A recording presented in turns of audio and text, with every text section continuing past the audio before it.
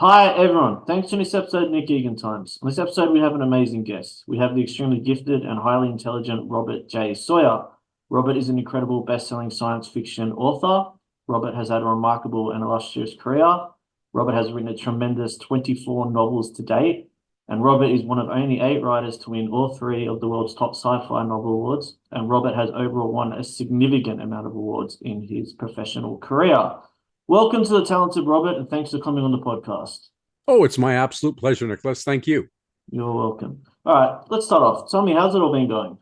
Well, things have been going spectacularly. Thank you. It's actually 25 novels now. The newest one came out last month, and I had a cross Canada book tour, which went very, very well. The reviews have been coming in very positively. The book is called The Downloaded, and life is good. Things are going very well. Thank you. Wonderful. All right, let's jump straight into it. Let's start off. Tell me about the new book.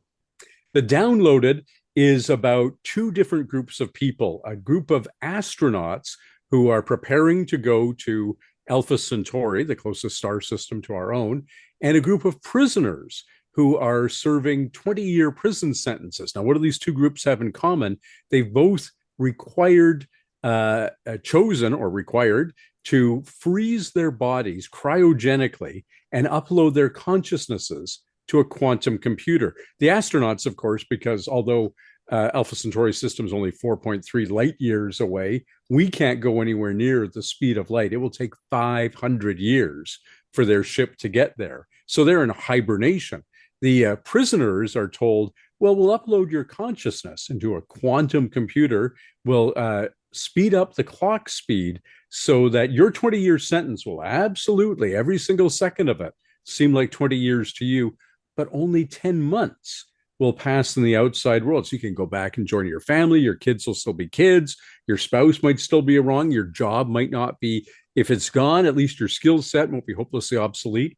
And after they both uploaded in preparation for their journeys, civilization falls, those 500 years pass, and they thaw out and are the only survivors, a handful of murderers and a handful of astronauts trying to rebuild civilization. Wow, that's really fascinating. All right, tell me, with writing sci-fi, how did that start for you professionally? Like, how did you actually get into that specific genre? So I got into science fiction because it was what I loved to do. I loved to watch, loved to read, excuse me. It was a great part of my pleasure reading. And one of the very first science fiction books I read was by a guy named Alan E. It's pronounced Nurse, but it's spelled Nourse, Alan E. Nurse. And at the beginning of the book, and I read this book when I was 12, he had an essay. Before I'd even read the book, he had his introduction about the joy of writing science fiction. And so, for most people, it's a journey. They start reading books when they're a kid and only vaguely have a sense that some human being had actually written them. And then only later on get a sense that I could be one of those human beings too. I was jump started by this essay. The guy said, I love doing it. You can do it. This is a great life. And so I pursued it as the only thing I really wanted to do. I've been very lucky that it worked out to be a career, but I chose it because I loved it, science fiction. And I got into the field the standard way in my industry, which is you start by writing short stories for a few pennies a word in hopes of attracting the attention of a literary agent, which that worked for me, and that the literary agent will attract the attention of a publisher. Again, that's how it happened. And here we are a couple of dozen books later. I agree. And with the process, I guess, in brief, how do you draw your inspiration? How is that process? I guess how does that transpire? How do you actually get the ideas? Like, yeah, it's incredible. So the ideas aren't just there in the air waiting for you to pull them out. You have to go digging for them. It's like prospecting for gold. If it was just lying there, gold would be worthless, right? You have to go digging and hunting for it. And for me, that's in the research. I'm a science fiction writer, so I do an enormous amount of reading in popular science and also, science technical stuff, but the popular science that anybody could read, the David Attenborough, the Carl Sagan, the Neil deGrasse Tyson, that kind of work. And looking, sure, for intriguing facts, but facts that suggest a dramatic situation. One of my short stories, for instance, I was reading a book about space travel, and it said one line in it. It said, the first people that we send off to the stars are going to be met by their own descendants when they arrive at the destination, because of course they'll go in a very slow ship, and in the time that passes, much faster ships will be developed. So when they get there, their kids or their grandkids will be waiting for them when they finally get to the. So what a mind-blowing idea. But that was just in reading a technical book about the colonization of space. So I wrote that story, you see. So it's all research for me. And I think it's true no matter what you choose to write. A mystery writer is constantly reading true crime. A legal thriller writer is constantly going over court transcripts to see an intriguing move that somebody's done, looking at trial results and so forth. I think for every good writer, it comes from the research. That's impressive. All right. What motivates you daily? What motivates me? Well, first, it's how I make my living. So I am motivated by money. There's no shame in that. Everybody who does something for a living does it that way.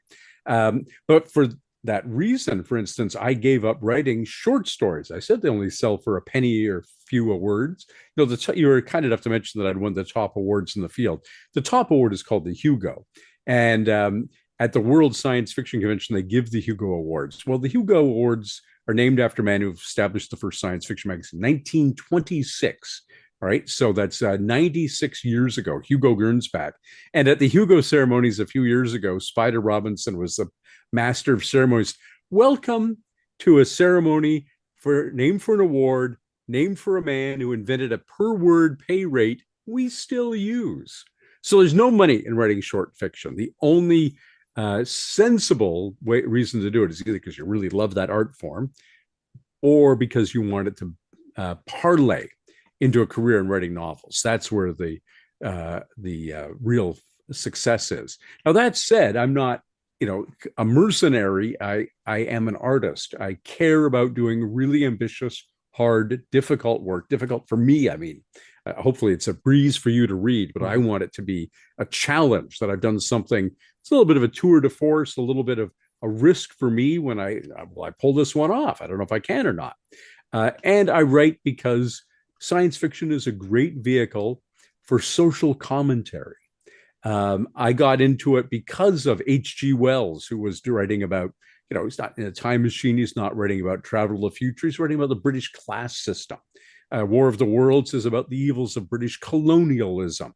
And, when I was a kid, and I still love it, the original Planet of the Apes, which was all about race relations and the fear of nuclear war. Science fiction is a way to talk about hot button issues with mask, metaphor, disguise, so that people don't go in with, to use a science fictional metaphor, their deflector shields on, preventing you from getting at them.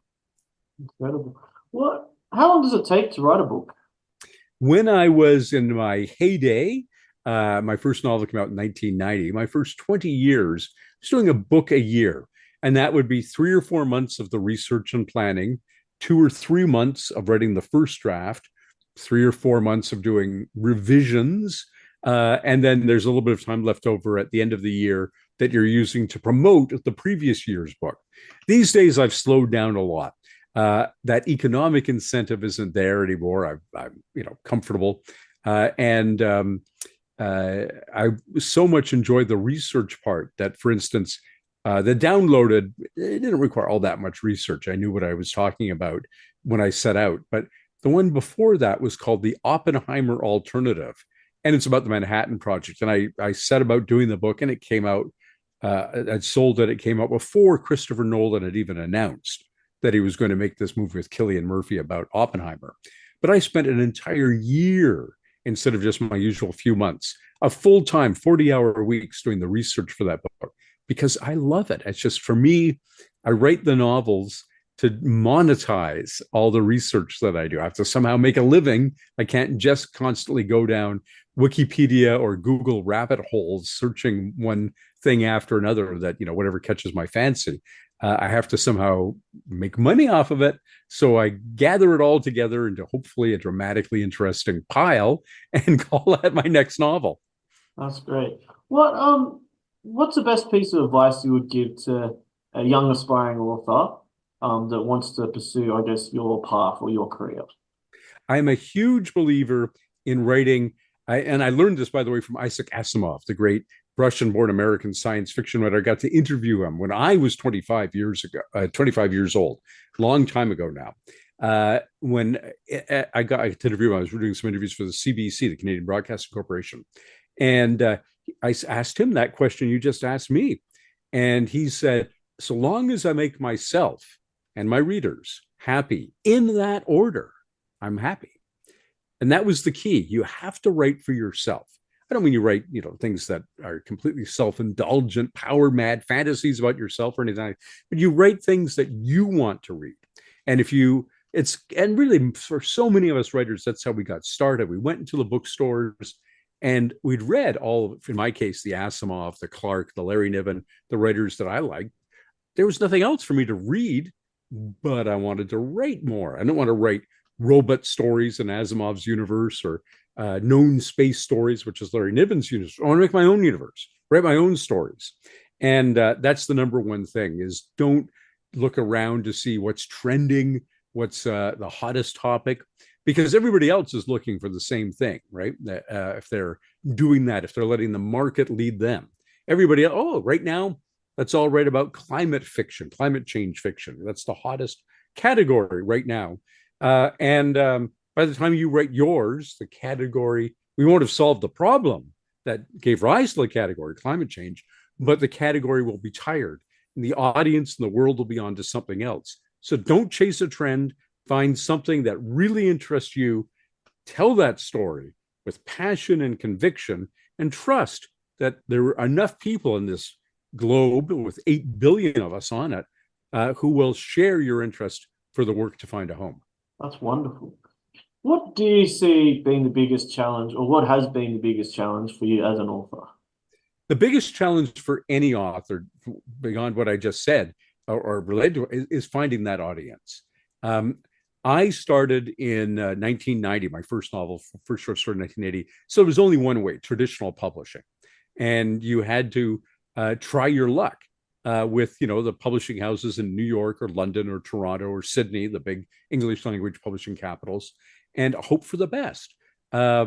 It's a slow but steady process. As my friend Dean Wesley Smith, another writer of my vintage, actually is even about 10 years older than me, said, that's how you do it. You build it a book at a time, a reader at a time, but it's hard. These days, the sad truth is, you can't just show up with a good book. You have to show up and essentially drag an audience in with you. If you're going to a traditional publisher, they want to know how many followers you have on Instagram or on Facebook or on Twitter or X now or Blue Sky or wherever you're hanging your hat online. And if you don't have an online presence, if you're not out there making yourself known, you won't find an audience. And I say that very deliberately. You don't go out there and just say, "Hey, buy my book. Here's my book. I got a new book. Buy my book. I want your money. Read my book. All I want you to do is read my book. I don't care what kind of book you like. You're going to like my book. Give me your money." That is a complete recipe for failure. Hey, here's an interesting cartoon that made me laugh this morning. Oh, I got an interesting thought. This is the kind of stuff I do about original Star Trek series. All right. Hey, everybody, here on my Facebook wall, new episode of Star Trek Discovery dropped this week. What did you all think? Let's have a conversation.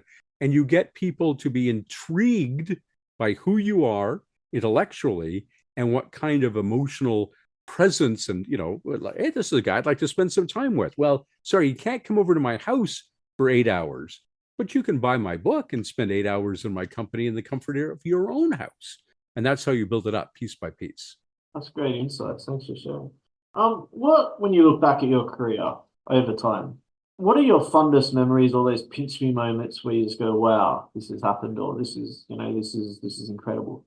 I was very lucky that in 1995, so it was only 5 years after my first book came out, I published a novel called The Terminal Experiment about a biomedical engineer who finds scientific proof for the existence of the human soul, a big, meaty idea. And I was lucky because it won the Science Fiction and Fantasy Writers Association's Nebula Award, essentially the Oscar of the science fiction field for Best Novel of the Year. And the ceremony was on the Queen Mary, which is this luxury liner that's permanently docked Long Beach, California, Los Angeles. Wonderful old ocean liner, beautiful ceremony.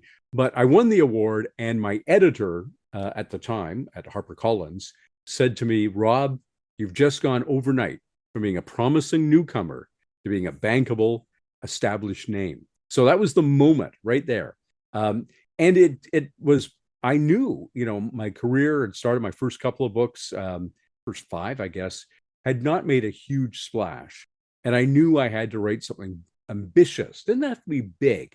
Don't equate a fat book with necessarily an ambitious book. There's lots of big, heavy, completely generic, completely imitative, epic fantasy novels out there, or big space operas.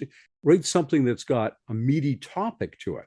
And for me, that was what it did. When I started doing something where people said, the human soul, you can't prove that scientifically. That's a matter of faith. Oh, what if we did prove? What would that do to the abortion debate? What would that do to euthanasia? Will we still harvest hearts from beating heart donors if we don't actually know what the dividing line between life and death is? And people immediately gravitated to the book because it gave not me just something to tell them, but them something they wanted to turn and talk to somebody else about. And that was kind of when I realized that that's the key to engaging fiction, to engaging an audience and building an audience, is to make sure that the first thing they do when they finish your book is not say, what's on TV? Or I guess I got to find something. I got to talk to somebody about this. I'm excited. I'm angry. I hate what this guy wrote because I totally disagree with him, or I love what he wrote. That was the key for me. And the Nebula that night when I realized, yes, that is the formula for success. That's superb. What do you want your legacy to be? What do I want what your legacy to be? Your legacy. Oh, my legacy. Sorry. What do I want my legacy to be? It's a very interesting question. Because most writers, of course, end up not really have much of a legacy. William Shakespeare had lots of contemporaries. And if you scratch your head long enough, you can maybe name one or two of them, but most of them are utterly forgotten. I want my legacy to be this, that I was the guy who managed to take both parts of the word science fiction in equal measure. There are lots of science fiction writers who don't understand science, but can tell a good yarn. There are lots of science fiction writers who do overly understand science and give short shrift to the human and forget that they're supposed to be telling an engaging story. I've always, science is 7 words, fiction is 7 words, equal weight. I've always tried to have a really good extrapolation of what we know about science into what plausibly might be, and wrap it up in heart-wrenching or heartwarming human interest stories. If I had to express it another way, I say that my legacy will hopefully be that he was the guy of, an exemplar of the best of us who combined the intimately human with the grandly cosmic. Definitely. Your career speaks for itself. So yeah, it's truly remarkable, your career. Thank you. I've been very lucky. I work hard and I've got some talent, but there's also an awful lot of luck. And everybody who goes into this field, any field of writing, it's a crapshoot. You're taking you're taking your best shot, hoping for the dice is going to come up the way you want. For some of us, they do. For some, they don't. The only part you can control is how hard you work and your perseverance. The luck will either come or it won't. I was lucky that the luck came. I can point to 4 or 5 times that I got a lucky break in my field. Incredible. It's just incredible. What are your passions and hobbies aside? Obviously, you love writing books. What do you like to do? So it's funny you should ask about my legacy, right? Because I'm at that stage in life. I had turned 64 a month and a half ago, where most people would be thinking about retiring. And people say, "Oh, writers, you don't get to retire. You have to keep writing. I want more stories from you. You don't you stop." Or a creative individual never slows down. But if I was, a chimney sweep or a high school teacher, or even just any kind of regular journalist writer, everybody'd say, "Oh yeah, here's the gold watch. It's time to hang up your hat." And the reason I bring that up to contextualize my answer is I always have to answer that question with, well, were I to have the time, I think my hobbies might be, because this has been all consuming, this career. 44 years as a published science fiction writer, 34 years, over a third of a century as a full-time science fiction novelist. So the things that I enjoyed before I started all that, I love paleontology. I love collecting fossils. I love studying and reading about dinosaurs. I love old movies, and I love, now every year I get older, the movies I love also get even more back in the past, right? For instance, my all-time favorite movies turn out, many of them to be black and white. Casablanca, The Maltese Falcon, Doctor Strangelove, right? I mean, that's how old the old films I was a buff of, when those films were only 20 years in the past, 30 years in the past. Now they're, of course, ancient films, but I still love them. So old movies, I don't read that much science fiction anymore. I read an awful lot of mystery and crime fiction, and curling up on the couch with a really good mystery novel, and getting out when I can to do some fossil hunting, or I also am a very desultory amateur astronomer, getting out to do some stargazing. Those things are good hobbies for me. And I used to be captain of a pub league trivia team, and I still love trivia. Every night, I watch Jeopardy, the trivia game show, and I would love to. I'm good enough. I'm even probably contestant quality good enough in some categories, but I don't have a broad enough intellectual base to be a Jeopardy champion. I know that. I have a friend who is a five-time champion, and from back in the day when you only could win 5 games before they retired you. And so trivia, I would get back into a pub trivia league, I think. Incredible. With science fiction, how far does it date back to actual genre? I'm sorry. With science fiction, how far does it date back to actual genre? How far? When was it, I guess, first created? I'm slightly hard of hearing. It's my fault, not yours. The genre science fiction, when did it first get created? Oh, that's easy. Okay, sorry. Forgive me. Sure. This genre of science fiction actually is unlike almost most other categories of writing. We can point to a particular writer and a particular work, and it's not what people initially think of. But when you make the case for it, they'll go, oh, yeah, you're right. And that work is, and it came out in 1818, Frankenstein by Mary Shelley. You think about it. Frankenstein was the first novel ever in which a scientist, Dr. Victor Frankenstein, was undertaking an experiment. The scientific method, it had never been written about before in fiction. He had been watching the real life work being done, in even the previous century, in the 1700s, by an Italian anatomist named Galvani, whose name lives on in our word galvanize. When you say, I've been galvanized to do something, what does that mean? Well, Galvani used to put electricity into amputated frogs' legs and watch them twitch.